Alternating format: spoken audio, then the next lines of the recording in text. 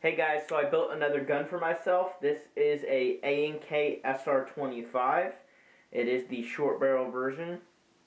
I got this gun used, and I threw an HPA engine in it, pretty much. So the reason why I put this gun together is because it's a different style of play. Basically, this is going to somewhat force me to not run around as much, flat out. It's a heavier gun. It's tuned for longer range, higher feet per second, so of course probably an MED. Most fields would require an MED. So yeah, I'm just going to be kind of chilling back with this gun, sniping people. You know, with my knee injury, I can't really run all that well, and it's just not good for me. I'm in physical therapy, which is helping, but it's still, even my surgery didn't fix it. So it's just something I'm going to have to deal with for the rest of my life, unfortunately. But yeah, this is going to be definitely a different gun than all the other ones that I have. So people won't be whining and complaining about rate of fire on this gun because it is semi-locked. So there's not going to be full auto used on this ever. It does not have the capability of full auto because the full auto tab, broke off. Just like on that V12 SCAR that I did a few days ago, the tab broke off. So it is not even capable of full auto, even if I tried to adjust the FCU. In fact, it's set for full auto, but it doesn't shoot full auto because the tab is totally broken off. So I hope that makes sense. So let's go ahead and start from the back and head to the front. This is a Sistema PTW stock. I just replaced the pads on here. The pads were in awful shape, and my boy Zach hooked me up with some new pads, both sides. Really good shape, of course. They are brand new.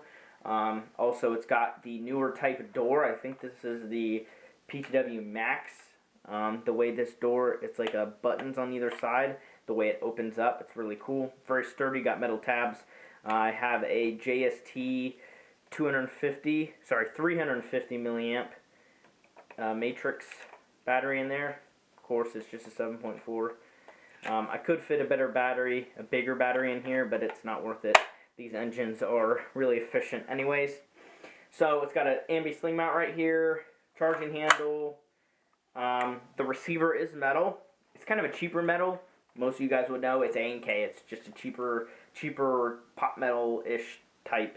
It's really nothing amazing. Of course, it is a 7.62, so it's kosher. So if I do go to a milsim, I will be able to use this gun. It's more of a milsim gun, so if I do end up going to American Milsim or Milsim West if I ever do end up going to one of those, this is probably one of the guns I'll use because it's 7.62, so it's legit, so I can be, that designated marksman rifle and shoot, 450 FPS or so. I don't know. Honestly, I just prefer to use high caps. Some actual, fields, even open plays, they'll regulate, you have to have mid caps if you're using a DMR, so, which, honestly, is kind of stupid. I feel like that's a little dumb, but, I guess that's there for people to, I don't even know why that rule would be in place, other than to be more realistic. I just don't get it. Why not a high cap? You can wind it and shoot, but if I have 140 round mid cap, I can do the same thing, just have more. Because if I would be using one of those, that's 300 rounds, 300 to 400, or I'd be using, 5, 6 mid caps and have much more ammo. So I don't know. I just rather, it's a lot cheaper just to have one high cap and just keep reloading it. It's just cheap in general. So the first time I play with this gun, I'll probably just try to use that one mag. But anyways, that's besides the point. It's got a standard magazine catch, standard bolt lock, non-functional bolt lock. I have a PTS pistol grip on here. I forget what exactly model this is. I think it's like the K1 or something, or the Magpul K grip. It's more straight, a little bit more straight. There's no back little lip here, which is nice. I don't like those. This, at least on some guns I do, on some I don't. But this is nice and smooth. I actually have this grip on my real AR-15. As you can see here, this is my AR-15. It's got the same grip on it. It actually says PTS on this side. And this one's, the airsoft one says PTS2. On the top of the rifle, I have a really cheap scope. It's a 3-9 by 40. This is made by, I think it's Double Eagle. It came with one of my brother's cheap snipers. This is what I'm going to use for now. There's literally no recoil on this gun, so you would think it would be able to hold 0. I have not zeroed it, but I have shot the gun, multiple times, and it shoots really, really far. So I just have to zero the optic, see if it stays zeroed. Hopefully it will. There's literally no recoil on this, so I don't see why it wouldn't. The upper receiver actually cracked when I was working on the gun. It's very common from what I've heard. There's a little piece of metal back here that just grabs onto the upper, and like I said, it's cheap pot metal, and it just snaps. So that's why I have the zip tie, and in fact, I'm going to go buy some zip ties tonight because this is the only one that I had. And every time I work on the gun, I have to cut them. So every time I get the upper, take the upper off. So I'm going to buy a bunch of them. I have two is what I'm going to do. This one that's angled, and then one that goes straight up here. So it's just two of them is very, very secure. There's no wobble whatsoever when I have two. The rail system is a quad rail, of course. It's just standard. Reminds me of like the ZCI quad rails, or even like 416s kind of. So what's the length on that? Probably 12 inches, I would assume. It's got a gas block on the front, which has a rail on the top, which is nice. So there's no built-in sight here. The barrel has literally zero wobble. I've got a Tango down vertical grip on the front. I have a UTG Harris style bipod, so it clicks into place, and then there's adjustments here. I'm probably not going to adjust this. I'm probably just going to leave it as is. There's not a whole lot of adjustment that I would need to do with this, but that's there just in case I need it. It also kind of gives a neat look to the gun, in my opinion. On the front, I have my G&G foam-filled suppressor. So this is the one that I was using on my M4. I took it off, or my V12 CQB M4. I took it off of there, started using the amplifier. That's when everybody started whining and complaining about rate of fires when I did that. So for those people out there, with the suppressor, foam-filled suppressor, no one complained. And then as soon as they can hear the guns, when they start crying. So I have this on here because, yeah, I mean, it's a designated marksman rifle, so I can kind of chill, just sit back and shoot people, and maybe them not be able to hear me. This gun's pretty quiet, so I'll show you guys on the shooting test, but it is really quiet. Considering it's shooting like 430 to 450 FPS where I have it set at, and it's still pretty quiet for shooting that hard. So it's a QD, so I can just literally thread it off. Got the AAC flash hider on there, so I have two different looks. This is pretty loud, so if I want to be louder, don't want to be quiet, I could take that off. It sounds really, really nice. But with the suppressor, it also sounds really good. It's just a lot quieter, so that's cool. As far as internal hop-up work, I bought a Pro one, ended up modifying it and ruining it because I had a lot of magazine seating issues. They weren't fitting, and that's actually how the receiver ended up breaking. So unfortunately, that's what I had to deal with. I'm looking for a new upper. It's hard to find uppers just standalone. Almost impossible to find, but I have heard from some people that if you email A&K, they actually sell them. So I emailed A&K to see if I can buy a new upper, and apparently they're cheap. Apparently you can get them for like 20 plus shipping. So if I can get a new upper from them, I will swap that out. It's worth it. Getting this rail off, I've heard, is really easy as well. I've never done it, so hopefully that is no issues there. And then I'll just take this upper and just trash it, literally throw it in the trash, and then just put the new one on here. The lower receiver's fine, so no issues there. But hop-up, what I decided to use is a Lonex hop-up. That's what I had laying around. It functions fine. The wheel, it doesn't move. Some of these wheels are loose and they move, but it's super fine adjustment. So let's say I'm shooting perfect. I barely adjust it, now it starts over-hopping. Which is kind of annoying. With the Pro ones, you can adjust it more. It has more range of motion. And, when you move the wheel up, it puts less hop per the amount you move it. I hope that makes sense. So it's a lot easier to fine-tune it, in my opinion. But that's what I'm going to have to do with this gun. It's not awful. It's a metal hop-up unit. I think it's CNC'd, actually. It's good quality. The barrel is a Mad Bull 6.01. It's the aircraft aluminum. I actually cut it down because it was like this long when I got it. So I cut it down. Now it's like right here. And I crowned the end of it, so it shoots good, shoots fine, no issues there. Hop-up bucking is it's a Maple Leaf 50. It has like the diamond, they're really, really good. The diamond cut, instead of like the little nub that goes like this, that touches the BB on standard buckings, it's like a diamond, it's like a triangle or like a square, it's a weird shape. And it hops BB so nicely. So I have that, and then I have a flat hop nub. So also with the flat hop nub, it helps it kind of flatten it out. I also had to get the Polar Star Fusion Engine spacer kit, which is basically metal spacer that goes back here that the buffer tube threads into instead of going into the engine, and then this plastic spacer right here which sits in front of the engine in between the hop-up, and of course I had to get a 3D printed tap airsoft nozzle. So you can purchase those and they are fully functional. You just need a file, just sand the whole thing down the outside. You can get them in black and white colors, the color doesn't matter. Get white, honestly, it looks cool. If you get a black one, it just looks like a standard one, but if you get a white one, people are like, ooh, what's that? Like, it's 3D printed, you know, that's pretty cool. As far as internals on the engine itself, it is a Valken V12. I have the stock poppet valve, no poppet shim, no QEV valve, okay, no QEV. I recommend QEVs so much. You know, saving 20 bucks. This is a DMR. You know, I'm not going to be using full auto, so I just decided not to do it. It is pretty, it's an air hog. This gun is quite the air hog. But since it is only semi-automatic, I feel like that's still not a big deal. I could get a QEV and save like 400 rounds per tank, but honestly, I'm just going to leave it as is. I did get an amped airsoft IGL, okay? It's the one that screws in for fusion engines and V12s. That screws into the engine itself, which is cool. It's braided. I had to modify the base plate here where the motor grip was. I had to basically drill it out to get that to go through. It was this was too big. So other than that, that's it. Pretty much stock internals besides the 3D printed tap airsoft nozzle, which is a wide bore nozzle, so really high FPS, and then this IGL. Other than that, it's totally stock V12. I did shorten the trigger pull, so it's pretty short. That's safe. Full auto.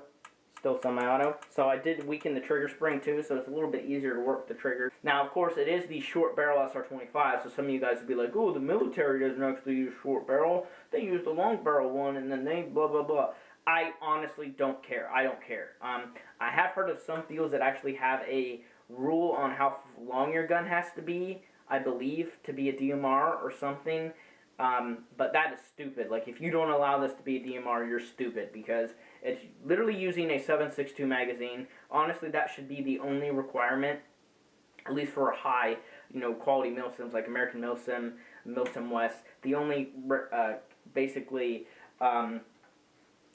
rule for that should be it has to be 7.62, which is what military is like. But as far as, like, open plays, honestly, I don't think there should be any rule against, you know, a DMR setup for magazine-wise. You should be able to use an M4 and shoot 450. As long as you're semi-automatic locked, you should be able to shoot 450, even if you want with like a short barrel rifle. Obviously, you'd have the MED. That'd be kind of silly. Like, if I wanted to shoot 450 with my V12 CQB M4, I should be able to, but I have to follow the MED rule.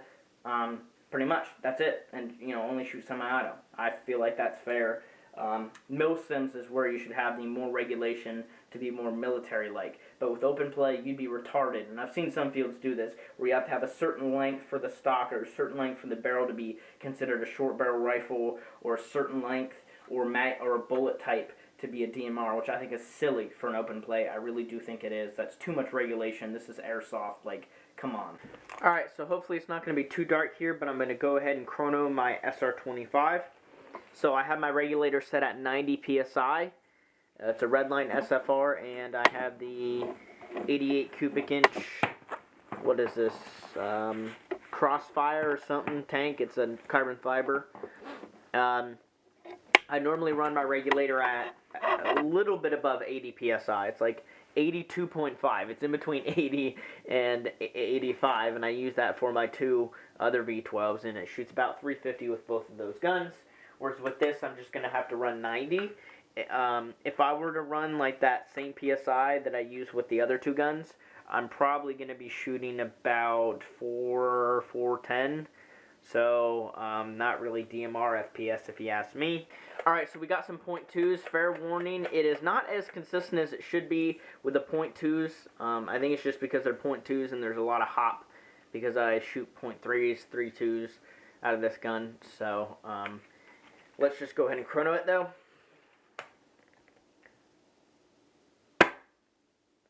423, 422. Out. I think I'm hitting the inside here. 441, 445, 444, 443. I must have been hitting the inside on the first few shots, because now it's consistent at about 430.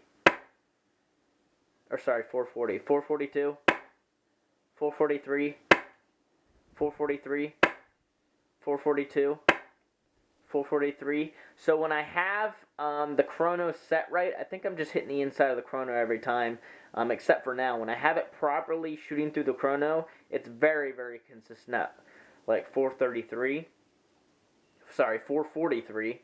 The joules is 1.83. This is with a 0.2. 440, 442, 443, 442. Very, very consistent when I'm shooting through the chrono properly.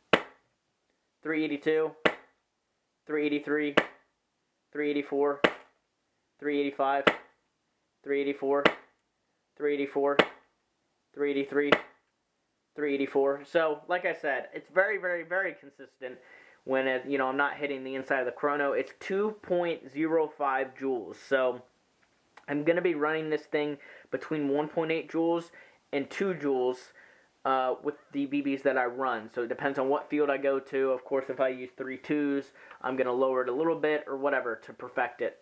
My perfect feet per second with this is flat out 2 joules. Flat 2 joules is perfect with this. That's 0.5 higher than any M4 or any, standard rifle that's allowed on a standard field. So you're getting more of an advantage there, which is why, there's an MED. 384, 381, 382, 383, 383, 383, 385, 385. Alright, so as you saw in the chrono test, I'm shooting about 340 feet per second with a 0.2. And I'm shooting about 2 joules, pretty much smack dab 2 joules with a 0.3 at that same PSI. I'm not adjusting the PSI at all, I just use 0.3s and the joules go up a little bit. 440 is 1.8 with a 0.2. And with 0.3s, like I said, it goes up to 2. So it goes up a little bit, not a whole lot, but it's just worth mentioning, of course. Just got a high cap full of 0.3s. Again, I did switch the Pro One back in there, so we'll shoot it and see how it shoots with the Pro One.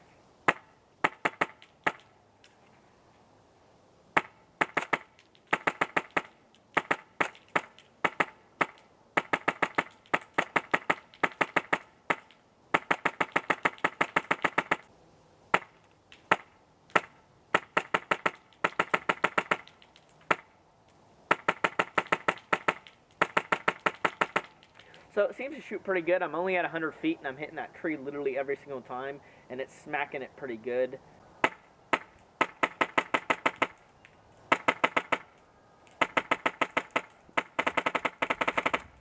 So, of course, trigger response is really, really good. It is a bit windy out here, and it's freaking freezing cold. It's like 15 degrees.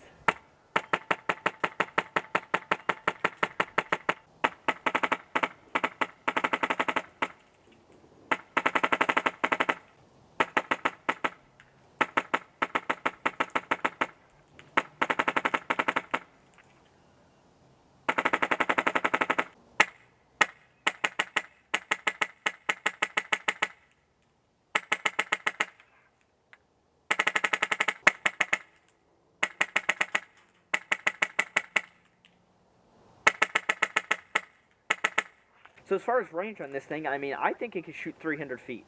But of course, I'd have to have it really over-op to go, it would just sail. But I prefer about 250 feet to where I have it sighted in. Currently, it overhops from closer, but it's not bad. It's not like crazy overhop. I can still just compensate and just nail stuff close range. And over time, you'll get used to it. So over time with playing with this gun, I'll kind of know where I need to aim at 50 feet, or 100 feet, or 150, and then 200 and 250 feet should be straight on shots.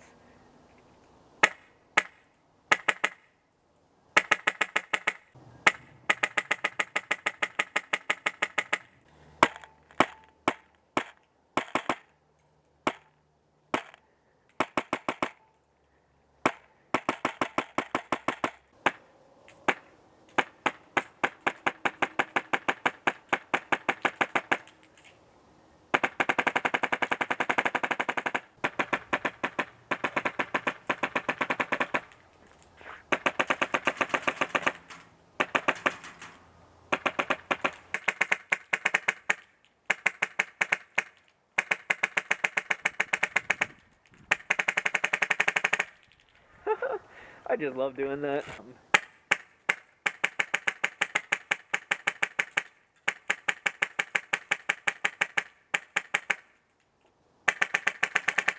Alright, well I hope you enjoyed the video. Thank you for watching. Honestly, sounds really good in my opinion. And then with the suppressor on it. So, definitely quiet.